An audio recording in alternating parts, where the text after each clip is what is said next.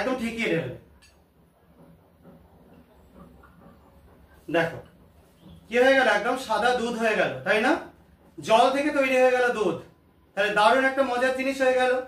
এবার এইটা দিয়ে আমরা পরেরটা করে দেখব। এবার আহিলে গিয়ে আস্তে আস্তে। আচ্ছা, আহিল এটাকে তুলে নে বাঁ হাতে, সেকেন্ডেরটাকে ডান হাতে তুলে নে। এবার ঢেলে দে একে অপরে। দেখতে পাচ্ছ কি সুন্দর গোলাপি বর্ণের একটা জিনিস তৈরি হয়ে গেল, একদম স্ট্রবেরি মিল্ক শেক যেরকম দেখতে হয় সেরকম টাইপের। তো এই যে জিনিসটা তৈরি হয়ে গেল, এই জিনিসটার মধ্যে কি হলো আমি পরে বলছি, কিন্তু দেখো সাদা দুধ থেকে এটা সুন্দর একটা পিঙ্ক কালারের জিনিসে পরিণত হলো।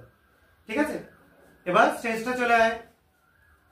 দেখো এটাকে এবার আমরা তারপরেরটায় যোগ করব। হাতে তুলে নে। এবার ঢেলে দেখি, ঢেলে। বেশ, দেখতে পাচ্ছ সুন্দর একটা বাবলস উঠছে। এবার তুই ঢাল, এই পাশ থেকে ঢাল, আমি ধরছি। দেখছো কি সুন্দর বাবলস কাটছে, আর তার সঙ্গে সঙ্গে লাল বর্ণটা আস্তে আস্তে কিন্তু কমে যাচ্ছে। দেখো একটা হালকা গোলাপি বর্ণের জিনিসে পরিণত হয়ে গেল। তার সঙ্গে একদম সুন্দরভাবে একটা মানে বাবলস উঠে বা ধোঁয়ার মতো বেরিয়ে একটা গ্যাস বেরিয়ে গেল।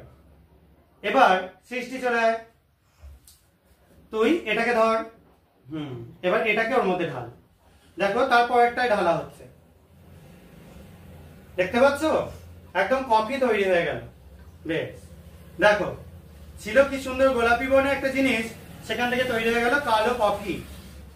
তো এই যে জিনিসগুলো আজকে তোমরা নানা রকম শরবত তৈরি করে ফেললে। প্রথম যেটা ছিল সেটা থেকে তোমরা বর্ণহীন একটা জল ছিল, জাস্ট জলের মতো জিনিস ছিল। দ্বিতীয়তে যখন ঢাললে তখন সাদা দুধ হয়ে গেল। তৃতীয় মতো যখন ঢাললে তখন হয়ে গেল কি একটা সুন্দর স্ট্রবেরি মিল্ক শেক টাইপের জিনিস। আর 4 নম্বরে যখন ঢাললে দেখলে হয়ে গেল কফির মতো একটা জিনিস। তো এগুলো কেন হলো সেটা আমি একটু বুঝিয়ে দিই। প্রথমটা আমরা একটা কার্বনেটেড